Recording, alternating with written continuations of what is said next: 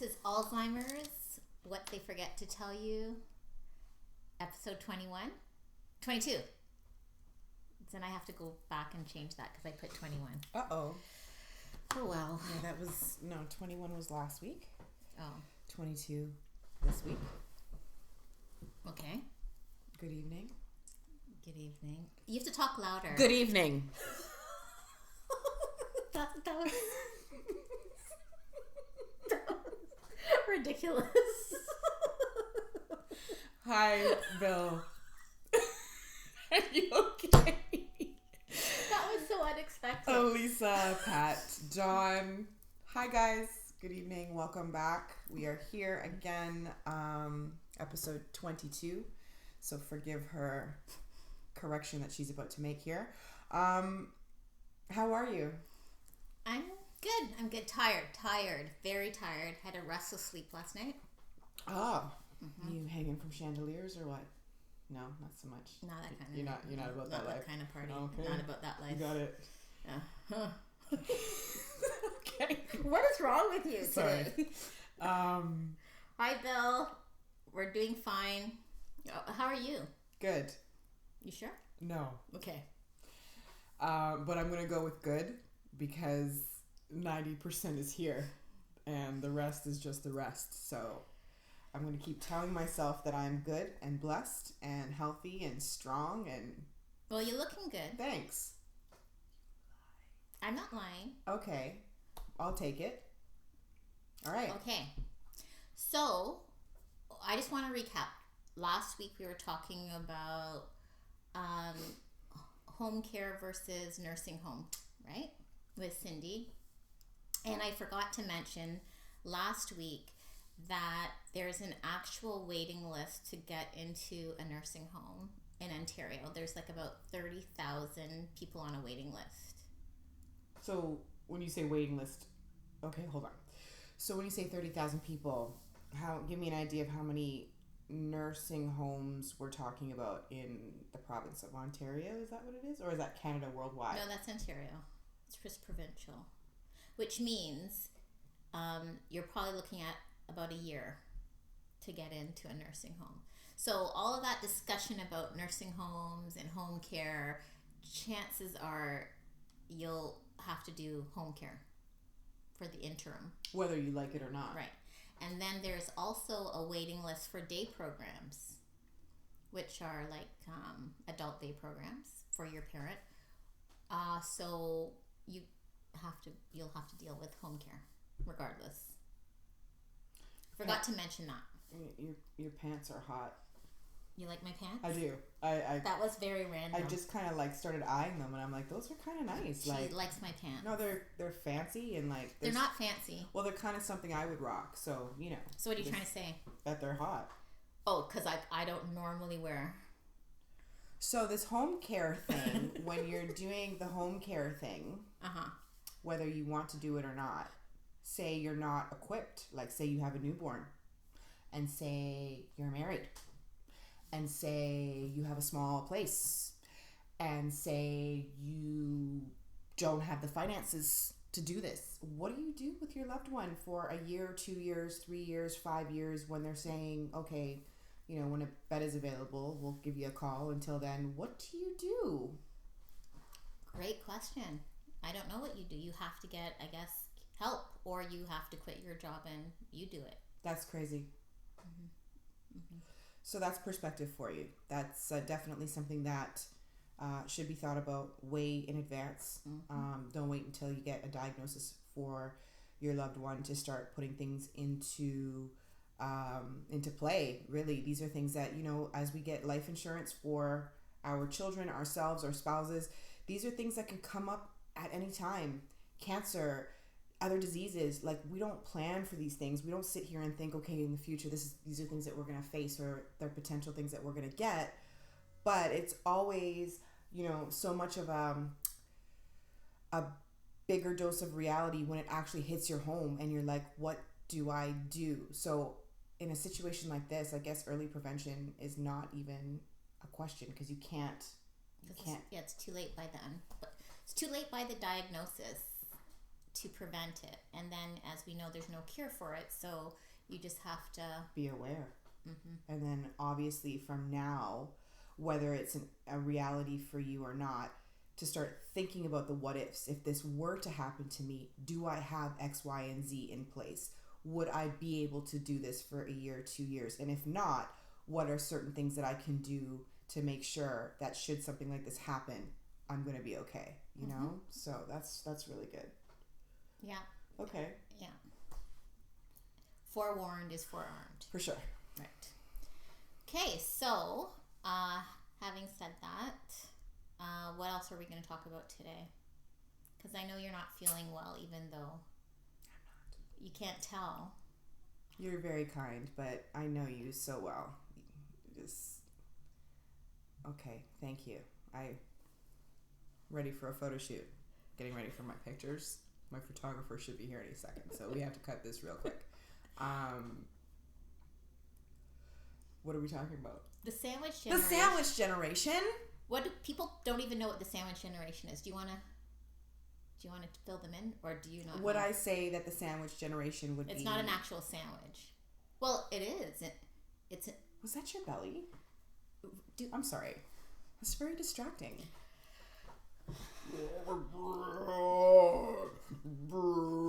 You can hear that? I'm sure everyone at home was probably like, what was that? I'm not even hungry. I don't know what's going on, okay? Did you swallow a dinosaur? Okay, let's stay focused. What is the sandwich generation? So I would assume, because let's see. Take go. So are you getting ready to laugh at me if I get it wrong? No. Okay, so I would think that the sandwich generation would be the meat in between our parents and us. So that would mean your child. Like you have a child. I have two. You have two children, and then you're taking care of like your parent. So you're the sandwich. I'm the sandwich. Ah. So I'm the sandwich generation. Is that clear? That's clear. Kira. Yep. Is that clear? Got it? Let me know if that's not clear, because sometimes we can be confusing in our roundabout When you say ways. we. Yes, we. Mm. I own my confusion. Okay? I own my confusion. Okay. So that's the sandwich generation. She is the sandwich. I am part of the sandwich generation. Okay. Yes, it's clear. Crystal clear. Clear like mud. Okay. So, I'd never describe some of the things that I go through. And I'm talking about now because, like, of course, you know, it's a blur. Like, when Jalen was younger, it's kind of like a blur.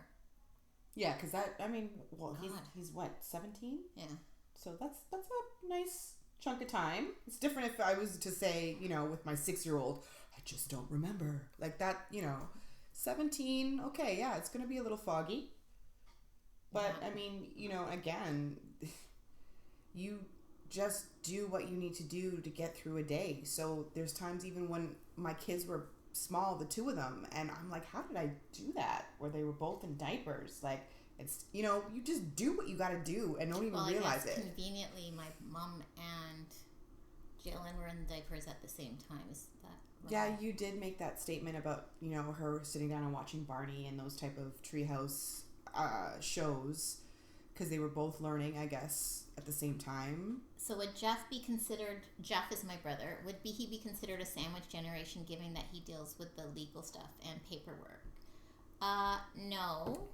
Well, he is. Everybody who, I think it's first point of contact, but yeah, he's part of the sandwich generation. Anybody who, I guess, has kids of their own and then has to take care of their parent that's ailing is part of the sandwich generation, because that's not the normal scheme of things, right? Right. And at some point, I guess, you know, we don't realize that our parents are actually aging with us. We always tend to, you know, I'm guilty of that too. You always look at your parent in the same type of plateau. The same age. Yeah. Until you realize, okay, wait, I'm pushing 40. So what does that mean for my parents? Or until you actually see them aging with a sickness or an ailment, and you're like, oh my goodness, you know, they really are getting up there, right? So yeah, it's tough. And also we didn't talk about, which is very important, because we didn't talk about power of attorneys. Like, we're bringing that up, the legal aspects. Yeah, once there's a diagnosis, you do have to put things into place, and a power of attorney is one of them. And for those who don't know, it gives you the legal rights to signing authority on behalf of a person, and they don't necessarily have to be sick. So this is something that you can put in place prior to someone becoming ill, just as a safeguard. And actually, I personally, knowing what I know now, anybody, it's okay, Cindy, you're late. Okay. Knowing what I know now, I think anybody whose parent is aging, you should probably have a power of attorney in place, because it saves a lot of problems later on. And even if they're aging or not, even for us, like, you're not getting my power of attorney. I don't want your power of attorney. I might want your pants, but that's about it. Like, well, this is going in the will.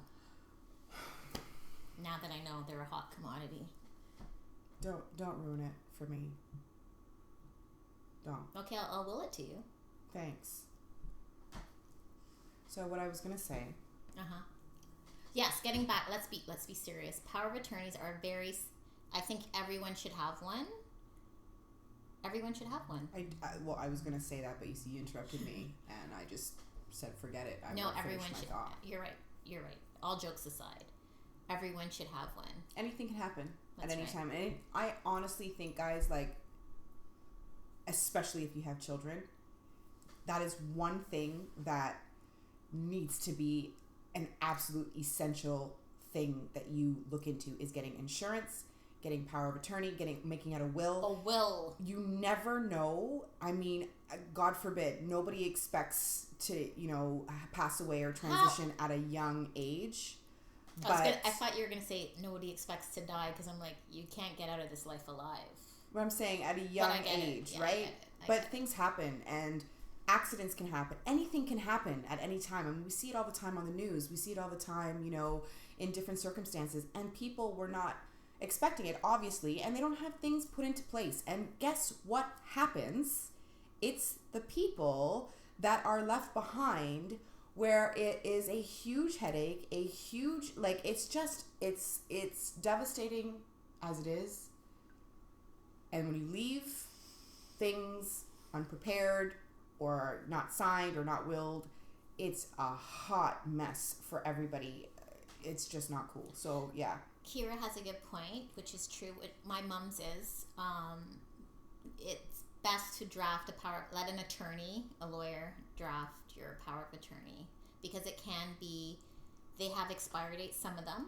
Because my mom has two. We have a living will, which is called a living will, which gives authority over, like, do not resuscitate actions and stuff like that, decisions like that. And then there's a power of attorney over assets. And yes, things could be revoked, they can be contested, they can expire. So you have to make sure that it's done with a lawyer. What did Cindy say? We waited too long and had to spend money to get an assessment to prove that he couldn't make his own decision, and he couldn't speak or understand by that time. $600 for a 15-minute interview. That's brutal. Yeah, and then you have to go, through the office of the public guardian. Exactly. So if you don't put things into place, things can be held up, and your power, even as a child, can not be taken into consideration. Yep. So I would suggest, as hard as that is, because sometimes I do realize, and I'm going to say it because dementia and Alzheimer's is, neurological. It's not easy to get a power of attorney when it reaches that stage, because the person isn't going to admit that they have anything wrong with them. And a lot of the times, one of the first symptoms is, you're taking everything from me. You're stealing from me.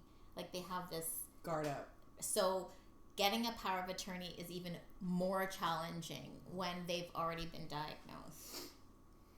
Yes. And I don't really want to bring it to the other side after, the person transitions, because that it can get a little heavy and dark. But no, but let's be it's a honest. reality. We've both gone through it with our dads, and when I tell you, if you don't think about these things before it happens and you wait until afterwards, you are in for a huge surprise. I mean this with the utmost respect. I learned so much when my dad transitioned in terms of the cost of funerals, the cost of tying up all documents, of, just there was so much that was not considered before he passed, that I learned so much even for now, me being the age that I am. There's no way that I would ever leave that type of burden on my family, my children, my husband. It's just not fair. They're already grieving as it is at the loss of the person they love, and then to have this $20,000, $30,000 bill that they need to come up with in less than a week, because funeral homes and this type of business, they're not waiting until insurance checks come in. They want money up front, and they want it now, and nothing's going to happen until money is served on the table. And it's just, you're stressed, you're grieving, you're emotional. It's just a mess. So I'm telling you guys, like, if there's anything that you can do for your families and you haven't done it already, make sure you go out and you get life insurance. You get insurance for whoever in your family, for your children, for yourself, for whoever. Like, soon as I knew I was pregnant with Jill, and I got term insurance. Yes. Immediately. And then, of course, you switch it over to whole life because, you need more protection as you go along. But, yeah, and term life insurance isn't exorbitant. Like, you can afford it. It's affordable. Guys, if you can afford a cell phone, if you can afford to make sure that, your Enbridge bill is paid, and your light bill, and groceries, and there's a night out that you're going to go out with your girls or your guys or whatever, get life insurance. You can do so many different plans. They can range from $19 a month to $40 to $50 to $100. I'm just saying. I want to do a disclaimer that we do not work for any life insurance offices. But so I will say, take my stupid advice. Yeah. If you don't, I'm telling you, you're going to regret it, because it will come back and you will be like, unbelievable. The things that you have no idea that you're going to go through until you actually have to be faced to go through it. So that being said, I will leave that there. What is Kira saying? Yeah, she just purchased her grave. Yeah, because you can prepay your funeral as well, which, is another good thing. It sounds morbid, but I'm telling you, in the moment. And just get a basic. And if, get your basic plan. And then if your family feels you deserve an upgrade, they can pay the difference. Guys, it's minimum 10 G's. Like 10 grand minimum. And that's basic, no flowers, no nothing. There's like a 4,000 package. If you're cremating. Correct. Yeah, but a lot of people don't want to do that. I'm signing up for Charbecue. Okay, let's not talk about this now, because we're going to get into a whole different thing. I don't want to talk about this. Okay. So, life insurance, it's an asset, it's a necessity, get it. And that's that. Next, what are we talking about? You're like militant. I am. We're on it. No, power of attorney. Mm-hmm. No, start from the beginning. You said make sure you have things in place in case something happens if you get an illness. Yes.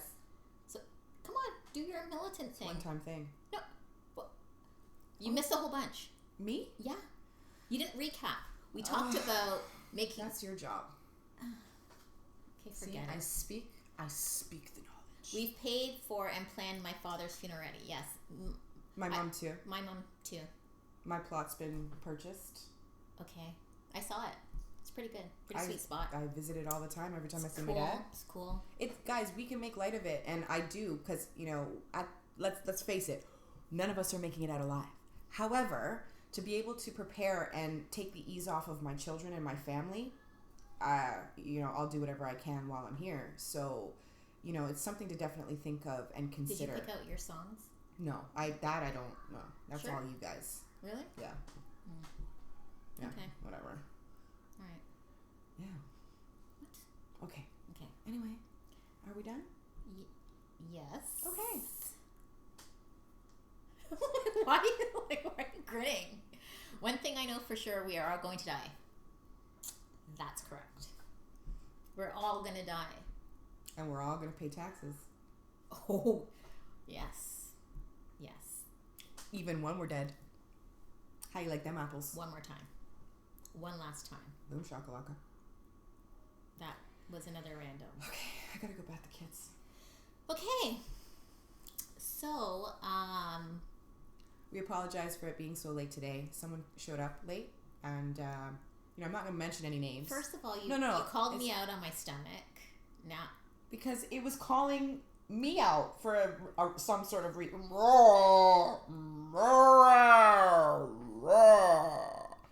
yeah. Okay, that wasn't me. It was her. I'm like, did you hear that? A deaf man can hear that. Sorry. Have you eaten today? Yes, I'm telling you, it's not because I'm hungry. I don't know. Like, was it like rabbit food that you ate? Like, because sometimes lettuce and cucumbers won't really do the trick. No. Use some meat and potatoes in there. No, I don't know why it was doing. Yeah, like wow. Yeah. Wow, what? What's the wow for? What's the wow for? She's laughing. What That's a lot. It's a lot. Well, when you show up on time, then you'd be able to see how we got into that segue. See, an estate planning attorney will assist you with the maze of taxes that your estate will have to pay. Mm-hmm. Okay. Thank you for that, Kira. And C. D.B. Nash. Why are you doing that? Why do you always try to read the names? Like, you know who it is. I don't know. Yeah, a C. D.B. Nash. You know who it is. It's your sister-in-law. Who's that? Whatever. Is that her? Who's that there? Oh, look, it's her. Okay, so does anyone have any questions now? Because, we're wrapping it up. I know it's shorter than usual, but... Bill's been very quiet this evening. Yeah, Bill, where are you? Hoping that all is well with you and your mom. And everybody else as well. So, again, if you guys do have any questions, even after, we turn this off, please feel free. Leave it in the comments, and we'll get to it next week. If you want to just show the book. And... we can just recap here. So Alzheimer's, What They Forget to Tell You, is the book that Karen wrote. This journey that we are always doing these podcasts on is definitely about my aunt, her mom, and what they forget to tell you. That's right, for the caregivers, right? They don't tell you this. So you can purchase your own on Chapters, Indigo, Barnes & Noble, Amazon. One thing, because it's tax season. Tax season. What are you doing? I'm cluing in. Oh, okay. He's just listening and learning. They have this new caregiver tax, right? Or credit, which is so convoluted. So I'm not sure how to explain it, but I know it's all income based. So I'm pretty sure. Okay, so review that so that next week. I did review it. It's convoluted. They take into not only your income, the person that you're caring for his income. And based on the difference, you may qualify for a credit. So again, it's punitive if you work. What? Just making sure my eyebrows work. Oh, I thought you were you heard my stomach or something. That too. You did not. You're lying, Pinocchio. Okay. Okay, we're gonna go. I gotta All get right. these guys to bed. Okay. Next week. Yes. What are we gonna talk about next week? Maybe more about what you were just talking about. Okay, so yeah, research that and then maybe kind of, give us the Cole's version so that's the layman's terms. Make it real simple for everybody to understand. Grateful for you all again for all the likes, the comments, the shares. Why are you sad, Sin? Does not. Because we're leaving? I know. So distracting. Anyway. That's a switch. What is? That I'm distracted. It's this seat. What, you don't like the seat? I don't know. Not sure. I haven't decided. I'm not sure how I feel. Okay. Well, you get back next week. You tell me how you feel. I will. You tell us how you're feeling about the seat, being on that side. Are you on this side normally? It's a Pinocchio nose.